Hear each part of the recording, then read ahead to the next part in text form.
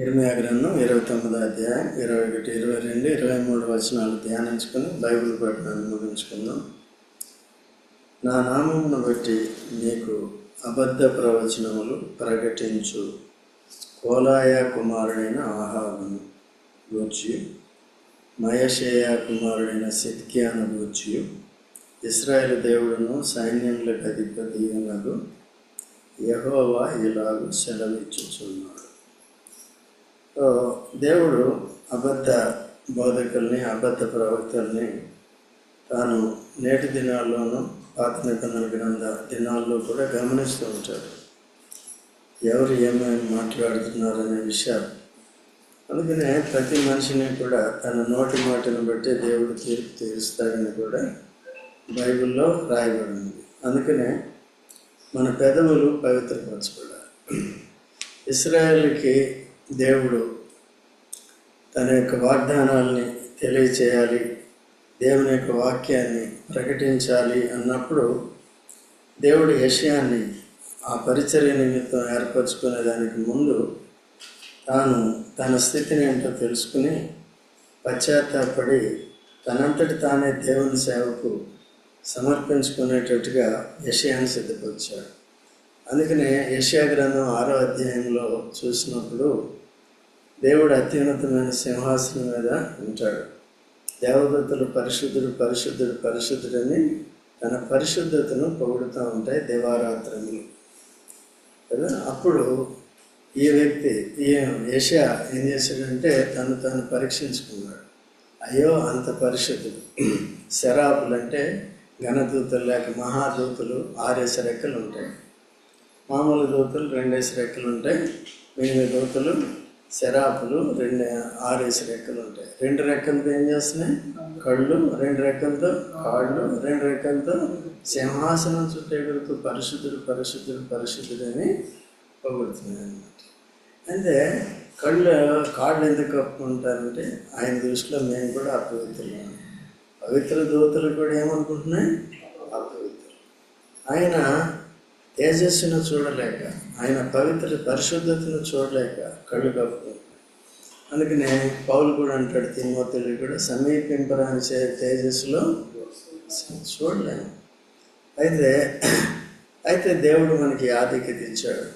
యేసుక్రీస్తు ప్రభువు రెండోసారి తన మహిమతో వచ్చినప్పుడు మనం కూడా మార్పు చెందుతాం. ఆయన ఉన్నలాగా ఏం చేస్తాం?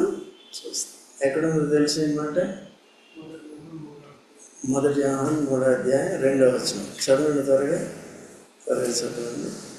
చదివారు ఆన్లైన్ కానీ ఆఫ్లైన్ ఎవరైనా చదవండి.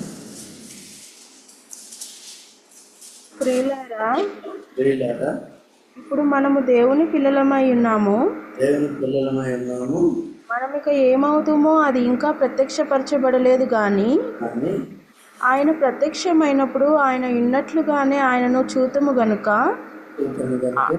ఆయనను పోలి ఉందమని ఎరుగుదుము. ఆయనను చూతాము. ఈ ఆధిక్యత, ఈ నిరీక్షణ మనకి ఆయన పోలి ఉంటాం. ఎందుకంటే ఇప్పుడు మనం దేవుని పిల్లలం. దేవదూతల కంటే కూడా ఎక్కువ. మొదటి వారు కడపటి వారు మొదటి ఎవరు? దేవదూతలు. కడపటి ఎవరు? రక్షణ పొందిన దేవుని పిల్లలు. దేవదూతలు పిల్లలు అనలేదు అక్కడ, ఆయన సేవకులు అన్నాడు. ఓకే, ఈవెన్ మనకు కూడా సేవ చేస్తున్నారు. ఎవరు? రక్షణ పొందిన వారికి సేవ చేస్తున్నారు దేవదూతలు. అయితే వారికంటే ముందుగా రక్షణ పొందిన వారి యొక్క విలువ అంత గొప్పదైపోయింది. వారికి పైన పెట్టేస్తున్నాడు. క్రీస్తుకి కింద, దేవదూతలకు పైన. అంత ఆధిక్యత వచ్చింది. యేసు ప్రభుకి భారీగా ఉండే ఆధిక్యత వచ్చింది. సో ఇన్ని ఆధిక్యతలు వచ్చినాయి కనుక ఇంత గొప్ప పిలుపును, ఇంత మా రక్షణను, ఈ గొప్ప రక్షణను మనం ఏం చేయాలి? భయముతో వణుకుతో కాపాడుకుంటూ దేవుడు మనకిచ్చిన యాజక ధర్మ పరిచర్యని దినదినము చేయాలి, అనుదినము చేయాలి. ఆదివారం ఒక్కరోజా? లేదు, ప్రతిరోజు కూడా చేసేది నేర్చుకోవాలి. సంఘంగా కూడా చేయాలి, వ్యక్తిగతంగా కూడా చేయాలి. కుటుంబం వీరైతే భార్యాభర్తలు ఇద్దరు కూడా ఏక మనసు కలిగి రక్షణ కలిగి ఉంటే చేయొచ్చు. చాలా కుటుంబాల్లో సమాధానం ఉండదు. కదండి. పైకి మాత్రం బాగానే ఉంటారు, నా ఫ్యామిలీ అంటారు. బట్ స్పిరిచువల్గా చూసినప్పుడు ఒకరికి సమాధానం అనేది ఉంది. సో దానికంటే బదులు సమాధానం లేకుండా చేస్తే ప్రభు ఎట్లా ఉంటాడు కదా, ఇద్దరు ఏం చేయాలి, ఐక్యత కలిగి సమాధానం కలిగి. అలాగా అకుల్లా ప్రిస్కుల్లా లాంటి వాళ్ళు బైబిల్లో ఉన్నారు, చాలా తక్కువ మంది ఉంటారు. అయితే పాపం చేసే విషయంలో అననీయ సప్ఫీరా ఏకీభవించారు, దాంట్లో మాత్రం ఏకీభవిస్తారు కొంతమంది. అలా ఉండకూడదు. ఈవెన్ అబ్రహాం శారా కూడా తప్పు చేసే దాంట్లో ఏం చేశారు, ఏకీభవించారు. ఎన్నిసార్లు? 2 సార్లు. ఒకసారి ఎప్పుడు ఐగుప్తుకి వెళ్ళిపోయింది, రెండోసారి ఎప్పుడు హాగర్ని తీసుకున్నాం, అట్లా చేశారు. అయితే తిరిగి యెషయా దగ్గరికి వచ్చినప్పుడు యెషయా 6వ అధ్యాయంలో ఆ దృశ్యాన్ని చూసినప్పుడు, ఆ పరిశుద్ధతను చూసినప్పుడు, ఆ దేవదూతుడు మేమే ఆయన దృష్టిలో అపవిత్రులంగా ఉన్నప్పుడు నేనే పాటవాడిని అని గుర్తు చేసుకున్నాడు. ఏమని? అపవిత్రమైన పెదవులు కలిగిన వాడిని, నా పెదవుల నుండి వచ్చే మాటలేంటి? అపవిత్రమైన. అనేకసార్లు అబద్ధాలు వస్తాయి, దూషణ మాటలు వస్తాయి, ఏదేదో, లేకపోతే సత్యాన్ని పలకం.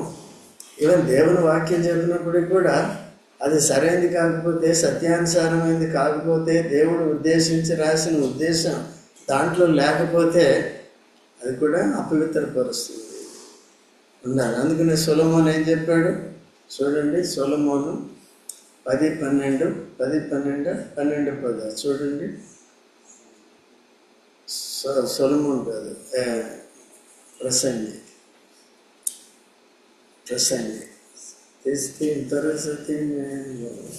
ప్రసంగి ఇంపైన మాటలు చెప్పుటకు పూనుకొనెను. 12 సత్యమును గూర్చిన మాటలు యథార్థ భావంతో వ్రాయుటకు పూనుకొనెను. గూర్చిన మాటలు యథార్థ భావంతో రాయాలి, అది చాలా ప్రాముఖ్యం. మనం దేవుని వాక్యం సత్యమును గూర్చిన మాటలు యథార్థ భావంతో ఉండాలి. సో ఆయన రాయటానికి కోరుకున్నాడు, తన అనుభవాన్ని అంతటి కూడా చెప్పాడు అన్నమాట. సో ఈ వాక్యం అంతా కూడా ఆత్మచేత, పరిశుద్ధాత్మచేత ప్రేరేపించబడి రాయబడింది కనుక దీంట్లో ఇంక కలిపేది తీసేది ఏది కూడా ఉండకూడదు. అది కూడా ప్రకటన గ్రంథంలో ఉంది, దీనికి ఏది కలపొద్దు, ఏది తీయదు. అందుకని చెప్పే మనం కూడా చాలా జాగ్రత్తగా ఉండాలి. అప్పుడు నేను అపవిత్రమైన పెదవులు గెలవండి, అపవిత్రమైన పెదవులు గెలవాలి, ప్రజల మధ్యలో ఉంటున్నాను, అయ్యో నేను అపవిత్రుడిని. దేన్ని బట్టి అపవిత్రుడు? మాటలు, పెదవులను బట్టి కదా, మాటలు చెప్పే మాటలను బట్టి, వినే మాటలను బట్టి 2 రకాలు. చెవులు అపవిత్రుడు. మనం కూడా అనేక సార్లు అబద్ధాలు విన్నామనుకో, ఏం చేసినట్టు? అబద్ధాన్ని త్వరగా నమ్ముతాం. అవ్వ దేన్ని నమ్మింది? అబద్ధాన్ని. దేవుడు ముందు ఏం చెప్పాడు? సత్యం. దాన్ని నమ్మదు. దేన్ని నమ్మాడు? మనం అవ్వ కంటే చాలా గొప్పవాళ్ళం. దేన్ని నమ్ముతాం? సహవాసానికి వస్తే ఎప్పటికప్పుడు హెచ్చరింపబడుతూ ఉంటాం కాబట్టి జాగ్రత్త పడుతూ ఉంటాం. ఓకే అండి. కాబట్టి పశ్చాత్తాపడినప్పుడు పరలోకపు అగ్నితో తన పెదవులను తాకించి పెదవులను పవిత్రపరిచినప్పుడు దేవదూత తను పవిత్రుడయ్యాడు. అయితే ఇప్పుడు యేసుక్రీస్తు ప్రభు సాక్షాత్తు తానే ఆ సింహాసనాసీనుడు, అత్యున్నతమైన సింహాసనం మీద ఆశడైన యేసు ప్రభు దేవదూతల చేత పరిశుద్ధుడు పరిశుద్ధుడు పరిశుద్ధుడు పరిశుద్ధుడు అని స్తుతింపబడుతున్న యేసు ప్రభు ఈ లోకానికి వచ్చి నీ కొరకు నా కొరకు పాపముగా చేయబడ్డాడు. ఎందుకు? యేసుక్రీస్తునందు మనల్ని నీతిమంతులుగా చేయటానికి ఏం చేశాడు? ఆయన పాపముగా చేయబడ్డాడు. పాపం మెరుగని ఆయన పాపముగా చేయబడ్డాడు. పశువుల తొట్టిలో పరుండబెట్టాడు, అయినప్పటికీ ఆరాధింపబడ్డాడు. సరే, ఆయన ఆరాధికుడు, ఆయన దేవుడు, ఆయన విమోచకుడు. కాబట్టి విమోచింపబడిన వారంతా కూడా ఆయన ఏం చేయాలి? ఆరాధన చేయాలి. సో అలాగా యేసుక్రీస్తు ప్రభు తానే స్వయంగా మనం విశ్వాసం ఉంచుట ద్వారా, మన పాపాలు ఒప్పుకోవడం ద్వారా క్షమించి కడిగి మనల్ని ఏం చేశాడు? 1 యోహాను 1 అధ్యాయంలో ఏముంటుంది? మన పాపములను మనం ఒప్పుకొని ఆయన నీతిమంతుడు, నమ్మదగిన వాడు కనుక సమస్త దుర్నీతి నుండి మనల్ని ఏం చేస్తాడు? పవిత్రపరచు. ఆయన ఎవరంటే నీతిమంతుడు, నమ్మదగిన వాడు, సత్యవంతుడు. ఆయన చేసింది చెప్పింది అంతా కూడా సత్యమే. అది మన కొరకే చేశాడు.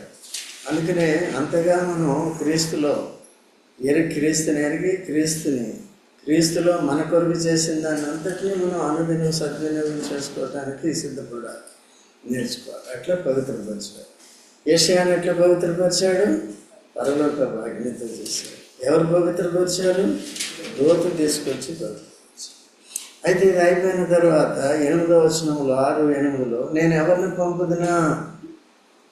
నేను నా ప్రజలకి నా మాటలు చెప్పడానికి ఇదిగో నేను ఉన్నాను.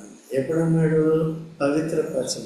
పవిత్రపరచబడకపోతే, నీ పెదవులు సరైనది కాకపోతే, నీ హృదయం సరైనది కాకపోతే నేను సేవ చేసేస్తాను, అది చేసేస్తాను అంటే సేవ కాదు, కానీ సావే ఉంటుంది. అది సరి చేసుకునే వరకు కూడా సరిగ్గా ఉండాలి. లేకపోతే ప్రభు పక్కన పెడతాడు. బలవంతంగా మనం చేసినప్పుడు నష్టమే కానీ సరైనది కాదు. ఎవరైనా సరే గుర్తుపెట్టుకోవాలి. ఏమైనా ప్రార్థన చేయాలన్నప్పుడు సేవ కదా. ఎవరు ప్రార్థన వింటాడు?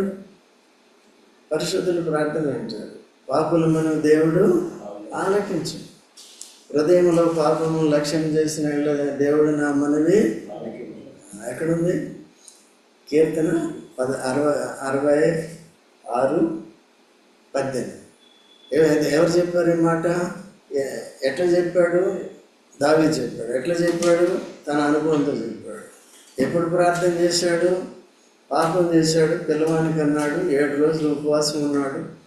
ఉపవాసం ఉండి సాగలిపడి ప్రార్థన చేశాడు. విన్నాడా? బిడ్డ ఏమైంది? చచ్చిపోయింది. మనం కూడా అనేక సార్లు వాక్యానుసారంగా, సత్యానుసారంగా, పరిస్థితి సరిగా అర్థం చేసుకోకుండా ప్రార్థన చేస్తాం, జవాబు రాదు. కొన్నిసార్లు అపవిత్రత కలిగి మనం ప్రార్థన చేస్తాం, జవాబు రాదు. జవాబు రావాలంటే ఏం చేయాలి? సిద్ధపరచుకోవాలి. ఎప్పుడు కూడా హృదయంలో ఏకాగ్రత ఉండాలి, దైవ భయము, భక్తి ఉండాలి, విశ్వాసం ఉండాలి, హృదయం మనసాక్షి పవిత్రంగా ఉండాలి. ఉండదు, మానవులు కాబట్టి, లోకంలో ఉన్నాం కాబట్టి, ప్రాచీన స్వభావం కూడా ఈ శరీరం ఉంది కాబట్టి కొన్నిసార్లు అది పనిచేస్తుంది ఎక్కువగా. దాని నుంచి విడుదల పొందే అభ్యాసం మనం చేయాలి. అయినప్పుడు కూడా మనం ఏం చేయాలి? పవిత్రపరుచుకునేది చూసుకోవాలి. పశ్చాత్తాపడి ఒప్పుకొని విడిచిపెట్టేది నేర్చుకోవాలి. అప్పుడు వెళ్ళమని పంపించాడు. పంపించినప్పుడు 6వ అధ్యాయంలో జరిగింది. 7వ అధ్యాయంలో యేసుప్రభువుని కూర్చొని ప్రవచనం చెప్పేశాడు. 7:14 ఏం చెప్పాడు? ఇదిగో కన్యక కుమారుని కంటుంది, ఆయన పేరు ఇమ్మానుయేల్ అని, దేవుడు తోడు అని చెప్పి పుట్టాడు లేదా? తర్వాత 9:6 ఏం చెప్పాడు? ఆశ్చర్యకరుడు, ఆలోచనకర్త, బలవంతుడైన దేవుడు. సో మనకి శిశువు పుట్టినాం, కుమారుడు అనుగ్రహింపబడినాం. ఆయన భుజముల మీద ఏముంటుంది? రాజ్యభారం ఉంటుంది. రాజ్యాన్ని ఆయనే కట్టుకోవాలి. ఆయన రాజ్యాన్ని కట్టుకోవాలంటే పాపులు వెళ్ళాలంటే ఆయన పవిత్ర రాజ్యంలో వెళ్ళటానికి వీలు. అందుకని లోకానికి రావాలి. వచ్చిన తర్వాత ఏం చేయాలి? ప్రాణం పెట్టాలి, నానా హింసలు పొందాలి, శిక్ష భరించాలి, రక్తం కార్చాలి. ఆ భారం అంతా ఎవరు భరించారు? ఇదిగో లోక పాపమును మోసుకొని పోవు. అంత భారం మన పాపం మామూలు కాదు. లోకంలో ఉన్నదంతా, ఆదాము నుంచి సంక్రమించిన పాప భారం అంతా మనందరి మీద మోపబడిన అంతా కూడా ఎవరు భరించారు? అంత శిక్ష భరించారు. ఆ యేసుక్రీస్తు ప్రభువునందు విశ్వాసం ద్వారా విమోచనపడ్డాం. అట్లా ఈ ప్రవచనాలు చెప్పడానికి ఆయన మొట్టమొదటిగా పవిత్ర పరచుకోవాలి. మనం కూడా ప్రార్థన చాలా సింపుల్. ఎవరు నోటి మాటలు వచ్చు కాబట్టి చేసేస్తూ ఉంటాం. ఎంత మంచి ప్రార్థన పరుడండి. అది ప్రార్థన చేయటమే కాదు, కానీ దాని రిజల్ట్ కూడా మనం ఏం చేయాలి? వాక్యం చెప్పటమే కాదు, కానీ దీన్ని చెప్పేవాడు పాటిస్తున్నాడా లేదని చూసుకోవాలి. చెప్పేవారు చెప్తారు, అది సాధ్యం కాదు. ఆ చెప్పేవాడు చూస్తుంటే ఆ హెచ్చరికలు ఆయన పాటిస్తున్నాడా అనే డౌట్ వస్తుంది. చెప్పేవాళ్ళు పాటిస్తున్నారా లేదా అని డౌట్ వస్తుంది. అట్లా లేకుండా క్రమమైన రీతిగా మనం ఏం చేయాలి? పిల్లల్ని మనం ఎలా పోషించుకుంటూ వస్తాం? పుట్టినప్పుడు పాలతో, ఎదిగే కొద్దిగా రైస్, ఇట్లా చేస్తాం. అలా సంఘం కూడా పోషింపడాలి. అర్థమవుతుందా? బేసిక్స్ లేకుండా, సరైన విధానం లేకుండా ఊరికే ఏదో చెప్తుంటే ఏముంటుంది? పైకి భక్తి ఉంటుంది, లోపల శక్తి ఉండదు. పైకి భక్తి ఉంటుంది, లోపల వేషధారణ ఎక్కువైపోతుంది. పరిస్థితులు ప్రతికూలంగా ఉన్నప్పుడు అక్రమం విస్తరిస్తుంది, ప్రేమ చల్లదు. అలా లేకుండా మనం అంత సాఫీగా దినదినము కూడా నేర్చుకునేది చూసుకోవాలి. అలాగా దేవుడు ఏం చేశాడంటే నిజమైన ప్రవక్తలను సిద్ధపరుస్తూ వచ్చాడు. దాంట్లో ఇర్మియా కూడా యెహోవా ప్రవక్త. ఎవరు ఏర్పాటు చేసుకున్నారు? నేను నాకు వద్దు ప్రభువా, ఈ సేవ నాకు వద్దు, ఇది నాకు ఎటువంటిది, నేను ఎటువంటి వాడిని, బాలుడిని అని తప్పించుకోవడానికి చూశాడు. ఇప్పుడు అయోగ్యులైన వారు కోరుకుంటారన్నమాట. ఎవరు? కోరహ యోగ్యుడా, నాకు కావాలండి, మోషే నువ్వు తప్పుకో. ఇలాంటి అహంభావం, అహంకారం, దీంతో దేవుని సేవ చేస్తారు. ఇట్లా చేయటం లేదు. సేవ అంటే మనం అందరం సేవ చేస్తున్నాం. ప్రార్థన చేసే ప్రతి వాళ్ళు సేవ చేస్తున్నారు, ఆరాధించే వాళ్ళు సేవ చేస్తున్నారు. మీకు ఇచ్చిన తలాంతులు, వరాలను బట్టి మ్యూజిక్ కొడతావు, ఇంకేదైనా చేస్తావు, మీరేం చేస్తున్నారు? సేవ చేస్తున్నారు. ఎట్లా చేయాలి? యెషయాలాగా భయపడాలి, ఇర్మియాలాగా. ఎందుకంటే నా అంతటి నాకు చేత కాదు, నువ్వు ఇస్తే తప్ప నేనేమి చేయలేను. ఈవెన్ సొలొమోను కూడా సహజంగా ప్రకృతి సంబంధంగా జ్ఞానవంతుడే. ఎందుకంటే ఆయన ప్రార్థన ఎలా చేయాలో అర్థమైంది, అదే జ్ఞానం. ఏమని అడిగాడు? నీ విస్తారమైన ఈ జనాంగాన్ని పాలించడం నా వల్ల కాదు ప్రభువా. మరేం కావాలి నీకు అంటే ముందుగానే దేవుణ్ణి తన మనవి ఆలకించేటట్టుగా చేయటానికి 1000 దహనబలులు అర్పించు. దహనబలిలో పవిత్రత ఉంటుంది, దహనబలిలో ఆరాధన ఉంటుంది. సరే, అలా 1000 దహనబలులు అర్పించాడు. అందుకనే 1000 స్తోత్ర బలులు అని 1000 స్తోత్ర బుక్కులు ఉంటాయి. ఓకే, సొలొమోను అర్పించిన తర్వాత రాత్రి దేవుడు ప్రత్యక్షమే కలలో, సొలొమోను నీకేం కావాలో అడగని చెప్పాడు. అడుగు, ఇస్తానని చెప్పాడు. ఏమడిగాడంటే భౌతికమైన విషయాలు ఏది అడిగాడు. నీ విస్తారమైన ప్రజల్ని పరిపాలించడం నా వల్ల కాదు, ఎవరి వల్ల కాదు. కాబట్టి నాకు జ్ఞాన వివేకములు గల హృదయాన్ని, జ్ఞానం ఉంటే సరిపోదు, వివేకం కూడా ఉండాలి. జ్ఞానాన్ని ఎలాగా ఉపయోగించాలి, అదే ట్యాక్ట్ ఉండాలి. వీళ్ళు కూడా ఉద్యోగాలు చేసే దగ్గర ఏముంటాయి కదా, ఇయర్లీ రిపోర్ట్స్ ఏముంటాయి కదా, దాంట్లో మార్కులు వేస్తారు. ట్యాక్ట్ అర్థమైందా? ఈజ్ ఈ ట్యాక్ట్ఫుల్ ఆర్ నాట్? అర్థమైందా? అట్లా కరెక్ట్ అయినా మీకు ఉన్నాయో లేదో తెలియదు. నేను గవర్నమెంట్లో చేశాను కాబట్టి నాకు తెలుసు. అన్నీ ఉంటాయి దాంట్లో, చాలా ఎక్కువ ఉంటాయి. అర్థమైందా? మా జైకర్ చేస్తారు గవర్నమెంట్లో, ఉంటాయి కాలమ్స్ అన్నీ ఉంటాయి. ట్యాక్ట్ అని, ఆ ట్యాక్ట్లో నాకు ఎక్కువ మార్కులు వచ్చాయి. అర్థమైందండి? కాబట్టి ఆ ట్యాక్ట్ అపవిత్రమైన దానికి ఉపయోగించాలి. దేంట్లో ఉపయోగించాలి? మరి ఉద్యోగంలో అవసరం, అది సేవలో మాత్రం. సేవలో సొలొమోను దాన్ని ఎట్లా ఉపయోగించాడంటే, 2 స్త్రీలు ఒక మగ పిల్లవాడిని తీసుకొచ్చి నా పిల్లవాడండి, నా పిల్లవాడు. ఎవరి పిల్లవాడు? ఎవరైనా ఒకటి కరెక్ట్ ఉండాలి. 2 ఒక నెల కంటారు గంటలు కదా. కాబట్టి ఏది కనలేరు, ఒక్కటి 2ని కనలేరు. కాబట్టి దీన్ని ఎట్లా సాల్వ్ చేయాలి? కత్తి తీసుకురా బాబు, 2 ముక్కలు చేసి సెరోటి అంటే ఏముంది? దొంగ తల్లి ముందు చెప్పి ముందు వచ్చేసి సరే అట్లకి చేయి రాజా అంది. రెండో తల్లి ఏముంది? వద్దు రాజా, బతికుంటే చాలు నా పిల్లవాడు. ఓకే, 2 దినాల్లో విశ్వాసాలు బలపడకపోయినా పర్వాలేదు, నా సోదరులు ఉంటే చాలు కదా, నాకు ఇష్టమైన పరిచయం ఇస్తే చాలు. అట్లా ఇక్కడ కాదండి, బయట చాలా చోట్ల అలా చేసి నష్టపరుస్తుంది. మనకు ఆ సామర్థ్యం ఉందా లేదా, సాక్ష్యం ఉందా లేదా, ఇవన్నీ చూసుకుని ఇస్తూ ఉంటాం. లేకపోతే కూడా చెప్తూ ఉంటాం, ఓకే చెప్పి ఇలా ఇలా అని చేస్తాం. అందరూ పరిపూర్ణులు కాదు, ఏదో విధంగా మొట్టమొదటి కొద్ది గొప్ప చెప్పేవాళ్ళు కూడా నేర్చుకునే స్థితి ఉండాలి. మాకంతా వచ్చేసింది అనుకుంటే కష్టం. నేను కూడా ఏం చేయాలి, నేర్చుకునే స్థితి. మార్నింగ్ నుంచి ఖాళీ, పగలంతా నాకు చాలా వరకు ఖాళీ ఉంటుంది, నేను నేర్చుకుంటానే ఉంటాను. ఓకే, రియల్గా నేర్చుకుంటాను. వాక్యం చదువుతారు, దేవుడు నేర్పిస్తూ ఉంటాడు, లేకపోతే ఎవరి మీద చెప్తుంటే వింటూ ఉంటాను. ఎప్పుడు మీటింగ్లు జరుగుతూ ఉంటాయి, లైవ్ ఇస్తూ ఉంటారు, వెళ్ళలేం కానీ అవన్నీ వింటూ ఉంటాం. ఎవరేం చెప్తున్నారు, దాంట్లో సందర్భానుసారంగా చెప్తున్నారో లేదు ఇవన్నీ చూస్తాం. చూసి ఎవరు ఏ బోధకులు ఏం చేస్తున్నారు ఇవన్నీ చేయాలి. ఇదంతా అవసరమా లేదా మనకి? లేకపోతే ఏమవుతుంది, సత్యబోధ తప్పుడు బోధలు అంటే ఏమవుతుంది? సొలొమోను బుద్ధి తెచ్చుకుని ఏమన్నాడు, సత్య ఏంటి యథార్థ భావంతో సత్యవాక్యాన్ని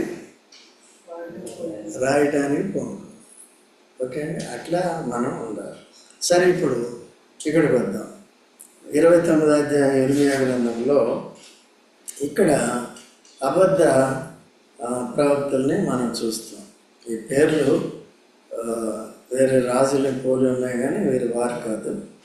21వ వచనంలో, నా నామమును బట్టి మీకు అబద్ధ ప్రవచనములు ప్రకటించు కోలాయ కుమారుడైన ఆహాబు.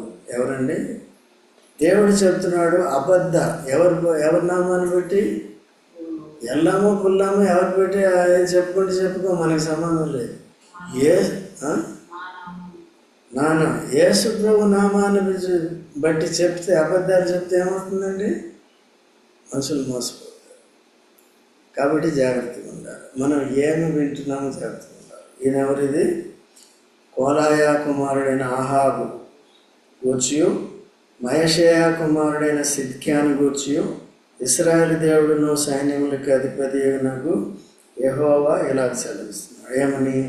ఆలకించుడి, వారు ఇశ్రాయేల్లో దుర్మార్గము జరిగించచ్చు. వారు ఏం చేస్తున్నారంటే, వారి సాక్ష్యం సరిగా లేదు, వారి నైతిక విలువలు సరిగా లేవు, వారు అపవిత్రమైన జీవితం జీవిస్తున్నారు. కాబట్టి భక్తిహీనులు ఎప్పుడూ కూడా ఏం చేస్తారంటే, తమ స్వలాభం కొరకు లేకపోతే భక్తి అనే ముసుగు వేసుకుని తప్పుడు పనులు కూడా చేస్తారు. ఏ మతంలో అయినా ఉంటుంది ఇది, క్రైస్తవ మతంలో కూడా ఉంటుంది. పాస్టర్ అని ముసుగు వేసుకుని వచ్చే వాళ్ళని ఏం చేస్తున్నారండి, వాడు చేస్తారు. ఆ దినాల్లో ఏలి దినాల్లో కూడా ఉంది. కొడుకులు ఏం చేశారు, వాడు చేస్తారు కదా. అతి పరిశుద్ధ స్థలాన్ని ఎంత అపవిత్రపరిచారు. ఏమైపోయిందండి కుటుంబం? ఎంత శాపం అయిపోయింది, శాపగ్రస్తం అయిపోయింది. అట్లా అందుకనే చాలా భయం కలిగి జాగ్రత్తగా ఉండే నేర్చుకోవాలి. ఎవరి మాటలు వింటున్నాము అనేది చూసుకోవాలి.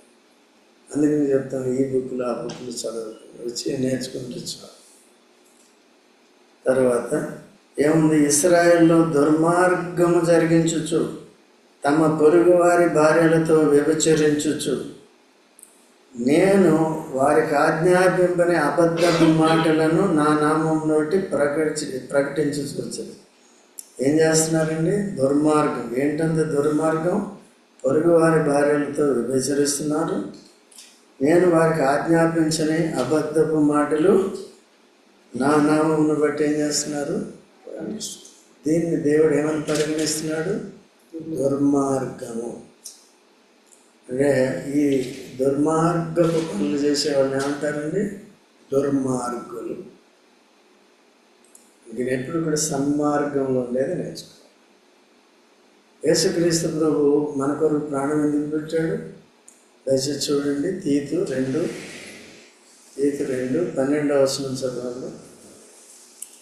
తీతు త్వరగా చదవండి. తీతు 2:12 నుంచి 12 చదవము. మనము భక్తిహీనతను మనము తీరుతను ఏలోక సంబంధమైన దురాశలను విసర్జించి విసర్జించి శుభప్రదమైన నిరీక్షణ నిమిత్తము అనగా మహాదేవుడును మన రక్షకుడు నైన యేసుక్రీస్తు మహిమ యొక్క ప్రత్యక్షత కొరకు ఎదురు చూచుచు ఈ లోకంలో స్వస్థ బుద్ధితోనూ నీతితోనూ భక్తితోనూ బ్రతుకుచుండవలనని మనకు బోధించుచున్నవి. చూసారండి, సమస్తమైన భక్తిహీనత ఇంకేంటంటే ఈ లోకంలో శుభప్రదమైన నిరీక్షణ కలిగిన వారంతా వీటిని విసర్జించాలి, భక్తిహీనతను విసర్జించాలి. నాడు కాపురత్వంలో లేనివారు చాలామంది కాపర్లు పాస్టర్లు అని చెప్పుకుంటూ ఉంటారు, కానీ ఈ వచ్చేవారు వాళ్ళ గ్రిప్లో ఉండరు. గ్రిప్ అంటే అర్థం ఏంటంటే బానిసలుగా ఉండాలని కాదు. మేము ఫాలోఅప్ చేస్తాం, అబ్జర్వ్ చేస్తూ ఉంటాం. ఎవరు విన్నదాన్ని గుర్తుపెట్టుకుంటున్నారా, ఆ ప్రకారం ఉంటుందా లేదా, ఏదైనా వాక్యానికి విరోధంగా అనేది కూడా చెక్ చేస్తాం. ఈవెన్ పిల్లల్ని కూడా చెక్ చేస్తూ ఉంటాం. అయితే చెక్ చేస్తే తప్పు చేస్తే వాడు పనికిరాని చెప్పకుండా సిద్ధపరుస్తాం. అలా కాదు ఇలా కాదని ఏం చేస్తాం, లేదు మేము అలాగే కొనసాగినా కొనండి, బయటికి వెళ్ళి కొనసాగాలి. అందుకంటే అర్థం ఏంటండి, అందుకనే చాలామంది కాపరత్వంలో ఉండటానికి ఇష్టపడరు. ఏ కాపరత్వంలో ఉండాలి? నేను క్రీస్తుని పోలు నడుచుకున్న ప్రకారం మీరును. పౌలు ఒప్పుకోడు. మార్కు కూడా ఒకసారి అవిధేయత చూపించాడు, చేయకుండా వెళ్ళిపోయాడు. రెండోసారి బర్నబా తీసుకెళ్ళాలంటే ఒప్పుకున్నాడా? ఒప్పుకోడు. అయితే మళ్ళీ ఎప్పుడైతే సరిదిద్దుకున్నాడు, బర్నబా ఆ కారణం చేత బంధుప్రీతి, ఎందుకంటే మేనల్లుడు తీసుకెళ్ళాలంటే ఆయన పరిచయం పోగొట్టుకున్నాడు. ఈయన శైలాన్ని తీసుకుని ఈయన వెళ్ళిపోయాడు, శీలను తీసుకుని ఈయన వెళ్ళిపోయాడు. ఈయన పరిచయం కొనసాగి ఆయన పోయింది. తర్వాత కొన్ని రోజులు అయిన తర్వాత ఆ బర్నబా పోయాడు, కానీ మార్కుని సరి చేసుకున్నప్పుడు మళ్ళీ చేసుకుని ఆయన చేత ఇప్పుడు నాకు ప్రయోజనకారి అంటాడు. ఇవన్నీ అబ్జర్వ్ చేస్తూ ఉంటారు. కాపురత్వం అంటే అది ఏ చెప్తాం, వెళ్ళిపోయాం, బతుకు మీరు బతుకుని, మీ సాగు మీరు సాగున్నారు కాదు. అవన్నీ చూసి ఏం చేయాలి? అందుకని మనం చిన్నది పెట్టుకుంటాం. మా వంతు మనం ప్రయత్నం చేస్తూ ఉంటాం. వినేది చేసేది మీ వంతు, లేదంటే మనం ఏం చేయలేం. ఓకేనా? అందుకని మీ పేరెంట్స్ కూడా చెప్తాం, మీ పిల్లలు కూడా మాకు అప్పగించాలి. నాడవాడికి పునాది వేసి మంచిగా వాళ్ళతో కూడా స్నేహం చేస్తాను. వీళ్ళు మా ఫ్రెండ్స్ కదా, నేను మీ ఫ్రెండ్ కదా, నేను ప్రతిలాగా ఇప్పుడు బిహేవ్ చేస్తాను. లేదు, ఫ్రెండ్లాగా ఉంటుంది అట్లా, అంతేనా? అట్లా కాబట్టి ఆ విధంగా వీళ్ళు ఏం చేస్తున్నారండి? దుర్మార్గపు పనులు చేస్తున్నారు, వ్యభిచరిస్తున్నారు, ఇంకేం చేస్తున్నారు? వాళ్ళు ఏదైనా చేస్తారు. పాపానికి అలవాటు పడిన వాళ్ళు, అపవిత్రమైన వాళ్ళు, దేవుని భయం ఏదైనా చేస్తూ ఉంటారు. చూడండి, 1 పేతురు 2వ అధ్యాయం 1వ వచనం చూడండి. 2వ పేతురు 2వ అధ్యాయం. మరియు అబద్ధ ప్రవక్తలు ప్రజలలో ఉండిరి, అటువలనే మీలోనూ అబద్ధ బోధకులుందురు.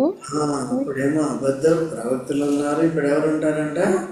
అబద్ధ బోధకులు. సత్యాన్ని చెప్పకుండా, సత్యాన్ని అనుసరించకుండా, పాటించకుండా, ఇతరులకు మాత్రం గుద్దు బల బుద్ధి చెప్తూ ఉంటాం. అదంతా సరైనది, వాళ్ళు కూడా పాటించాలి. తర్వాత జెఫనియా 3:4 చదువు. జెఫనియా 3:4 చదువు.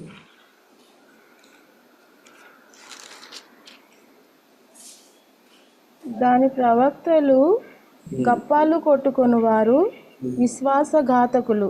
దాని యాజకులు ధర్మశాస్త్రమును నిరాకరించి ప్రతిష్ఠిత వస్తువులను అపవిత్రపరతురు. ఇవన్నీ ఉంటాయని చూసారండి. దాని ప్రవక్తలు ఎవరు, ఎటువంటి వారంట? గప్పాలంటే ఏంటి? గొప్పలు.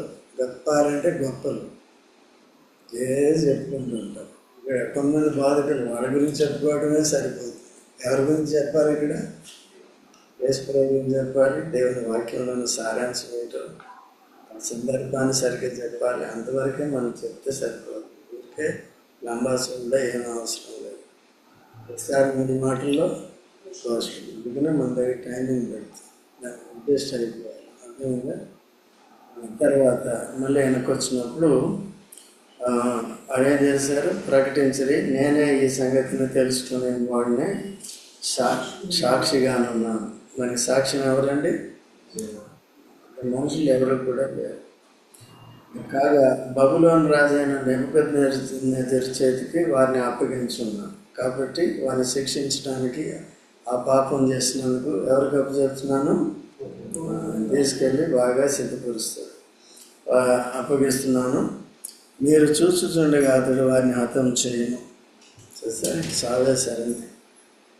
చెరపట్టబడి బబులోనులోనున్న యూదా వారందరూ బబులోను రాజు అగ్నిలో కాల్చిన సిద్కియా వలెను, అహాబు వలెను యెహోవా నిన్ను చేయనుగాకని చెప్పుచు వారి పేర్లను శాపవచనముగా వాడుకొందురు. ఇదే కదా ఇప్పుడు గాడ్సే అన్నారు. గాడ్సే అని చాలామంది విన్నప్పుడు ఏమంటారండి? అంతకు మహాత్మా గాంధీని ఇలాగ అందరి కయ్యను పేరు ఎప్పుడు వాడుకుంటాం? నరహత్య. ఫస్ట్ హత్య ఎవరు చేశారు? కయ్యను. అంతకుడు ఎవరిని? సొంత యోధా ఇస్కరియోతు. ఈ పేర్లు మంచివా? ఎవరిని హత్య చేశారు? సాక్షాత్తు తన సృష్టికర్తనే, రక్షణకర్తనే హత్య చేయించాడు. ఎవరు?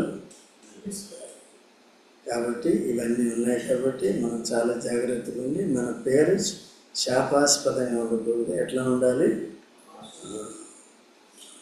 జాన్సన్, మంచిగా మంచి దేవుని బిడ్డండి అని చెప్పారు కదా. సో ఈ విధంగా గుర్తుపెట్టుకొని మనం జాగ్రత్తగా ఉన్నాం. ఏమేమి ఉన్నాము, ఏం చేస్తున్నాము, ఇవన్నీ కూడా చూసుకుందాం. ముగించుకుందాం బైబిల్ ప్రకటన.